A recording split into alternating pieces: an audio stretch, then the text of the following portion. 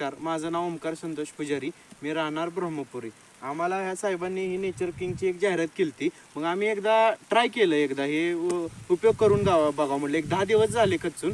10 दिवसात एक नंबर पालवी बी फुटली आणि पुन्हा ऊसाचे पानं पण हे चांगले आले तर, आणि खालनं पालवी सुद्धा चांगली फुटली आपल्या ऊसाला. आणि एक नंबर औषध आहे हे. बरं, तुम्हाला त्याचा काय रिझल्ट आला?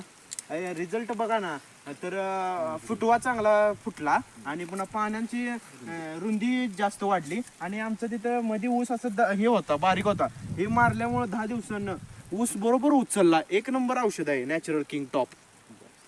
बरं, तुम्ही जरा फुटे मोजून दाखवता का? हा, दाखवतो ना. 1 2 3 4 5 6 7 8 9 10 11 12 13 14 15 16 17 फुटवे फुटलेत आपल्या एका ऊसाला. फुटवे आहेत ऊसाला. एक नंबर ऊस आहे, काळोखी बी भरपूर आहे, पानाची रुंदी बी चांगली वाढलेली आहे.